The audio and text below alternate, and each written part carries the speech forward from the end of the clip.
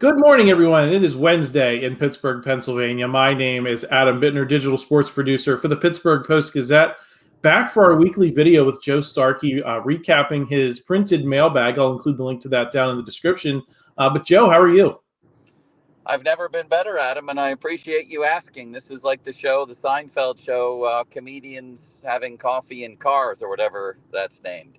Because I'm driving a car even as we speak.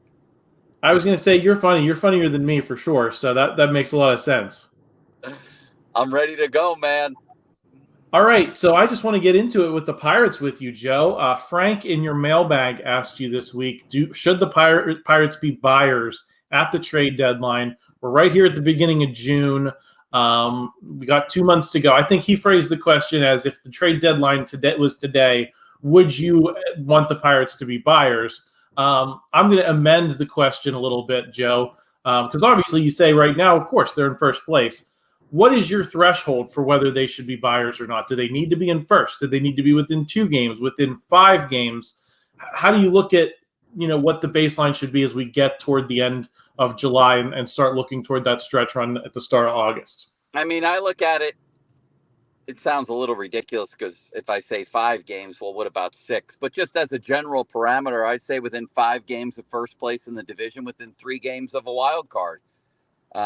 If you meet either or both of those, then yeah, I'm definitely looking to be a buyer and add. I'm not looking to do anything crazy. I'm not giving up, Henry Davis or Endy Rodriguez. But I would definitely be looking to give up other prospects, maybe a player, make a real baseball trade and get something in here that they need. Even something like one more veteran reliever who has pitched in a lot of pressure situations. That's what I'd like. Yeah, I think that was part of the question you got as well, is what would you like? You said veteran reliever, veteran starter. Obviously, they already have Rich Hill, but, you never know what's going to happen between now and then. Then you also said an impact bat. Joe, how would you prioritize those things? If you can only have one, what do you want? If you can only have 2, what do you want? How do you stack up that pecking order, and why? Well, it definitely goes by price too. You know what I mean? I want the most expensive sweater. That's the one I'd love, but I got to spend the most money for that one. So ideally, in a perfect world, without regard to cost, I'd love to have an impact bat or an impact starting pitcher. But I feel like for the cost and where the team is right now, I feel like a high leverage type reliever, one more veteran arm, somebody who's been there, might be the most realistic. So I might just prioritize that first. Yeah, I agree. I think we saw over the weekend, once they were really using the bullpen because they were winning games, I think we saw things get thin rather quickly. Obviously that, I think they used 8 pitchers on Saturday. That had something to do with it. But as soon as you use those high leverage guys a couple of times, everything seemed to get scrambled. So I think you definitely would like to have another arm in there. Joe, is that kind of your baseline for being satisfied with the trade deadline outcome? Is, okay, you get the veteran reliever and you get nothing else.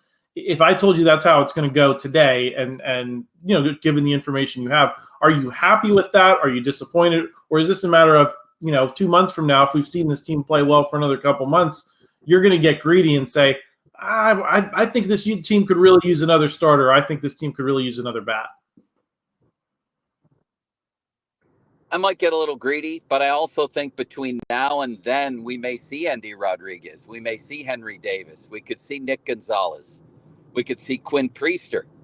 As the team sits right now, if this were trade deadline day right now, I would definitely, want a bat for sure. And maybe even another starting pitcher. I'd want a lot, but I think we might see some of that between now and then. And man, if they're still alive on August 1st, which is the trade deadline, I believe, O'Neal Cruz should be right around the corner, or could be right around the corner. So it could be a very different landscape at that point. Another, I think it was Caleb in your mailbag, asked the question, and I thought this one was interesting, is regardless of, whether they make the playoffs or not, anything, I think the streak of the Pirates finishing behind the Cardinals in the standings is decades long, right? But we just saw them sweep the Cardinals. They are, I think, like 7 games ahead now. And Caleb asked you what odds you would put on the Pirates finishing ahead of the Cardinals. You said 60-40 right now. Why do you think that way, Joe? Or do you think that that's bullish, or do you just still think the Cardinals are always going to come up in the rearview mirror because they're the Cardinals? Well, right now they have a better lineup for sure, and I still think their pitching may come around, and they're always willing to make bold moves. They're the Patriots. They're whatever other analogy you want to use. For many years, the Penguins. They're going to be there at the end almost all the time. Now this year they definitely look a little bit different, but man, there's a lot of time left. By the time the Steelers will have played 3 games, and the Pirates will still have a week of baseball left. So the Cardinals are the Cardinals until otherwise notified, and June 7th is a little too early for me to write them off. Way too early. If I had to bet everything I owned, would the Pirates finish ahead of them? Yeah, but it'd be a close bet. I'd have to think about it. Yeah, I mean, I think a lot of Pirates fans are in the same boat. You're gonna, I think I believe it'll happen when I see it.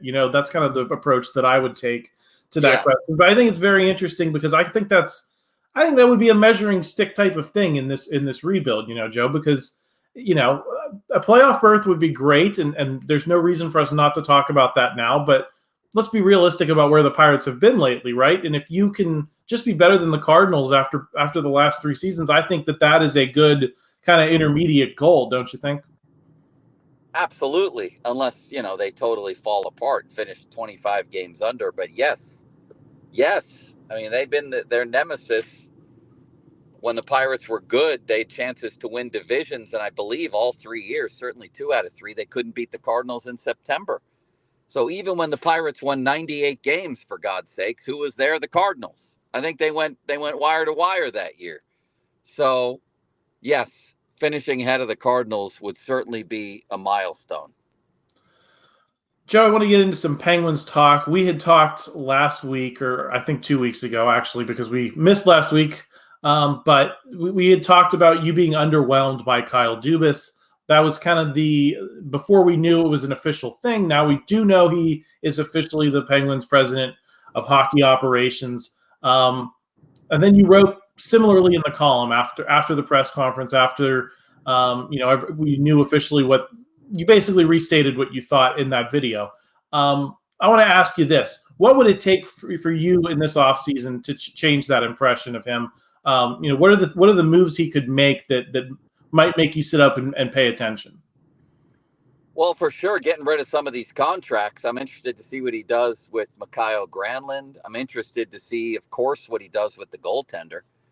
That would go a long way toward making me sit up and notice. We're not going to know anything at the end of this summer, even. It's going to take, the season to play out to get our initial read on Dubas. But his tack, whatever tack he takes with Tristan Jarry, is going to tell a lot.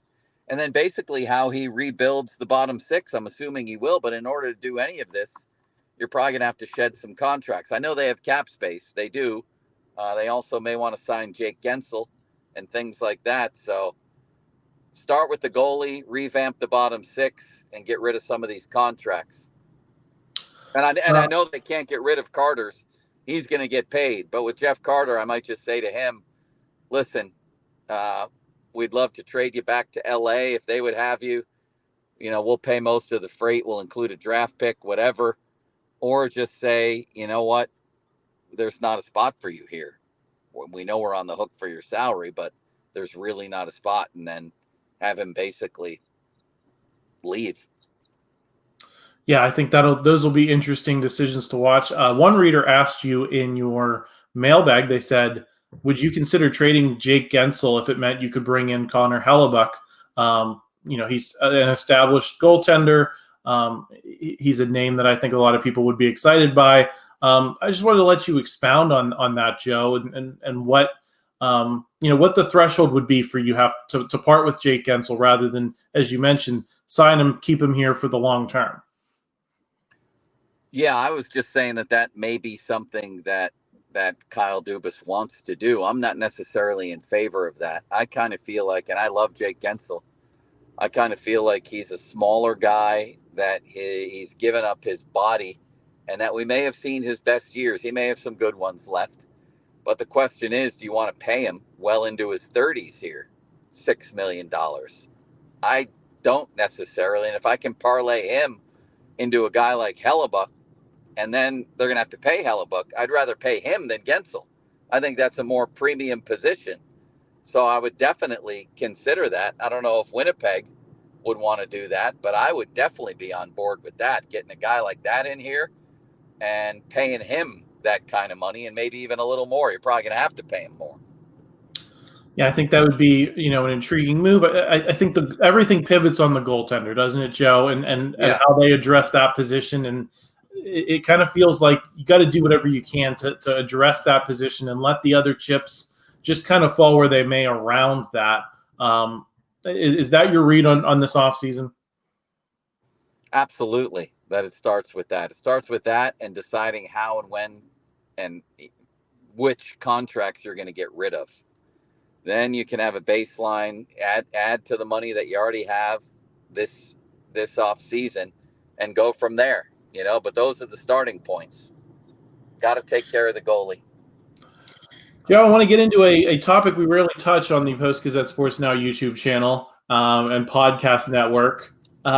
Golf. Are you coming from the golf course, Joe? Yes, I am.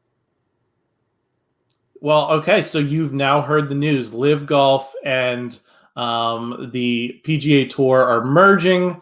It has, I don't know if you're familiar with The Office, Joe, but it has a lot of people have been saying this on Twitter, major Michael Scott Paper Company vibes of like the PGA Tour guys going out, starting their own business, and then getting bought back by the business they left. Yeah, I love those social media posts because I'm a big Office fan. So I'm not sure whether you're familiar with that or not, but those are the vibes I'm getting from this deal. What are your thoughts? Money is my thought. PGA people had a lot to say about it in terms of the morality factor, which I actually think there is something to, but they sure didn't stick to that when it became clear that financially this is the best move for the PGA. This is very similar to the NFL and the AFL merger and the NBA and the ABA merger, in that your first move as the established league is to dismiss this alleged competitor and then to try to undermine it and then say you'll have nothing to do with it and all of that. And then when it becomes clear that they're starting to attract some stars who could bring revenue to your league, you wake up one day and decide, you know what, maybe it's just best we join forces here. And that can happen very quickly, which it did in this case. So as a wise man once said, the answer to all your questions is money. And that's the answer. If your question is, how did this happen so quickly and so suddenly? And, so much against what the PGA was saying, money. That's it. Is it good for golf? Yeah, because you're going to include all the best players under the same umbrella. I don't see how it could be bad for golf.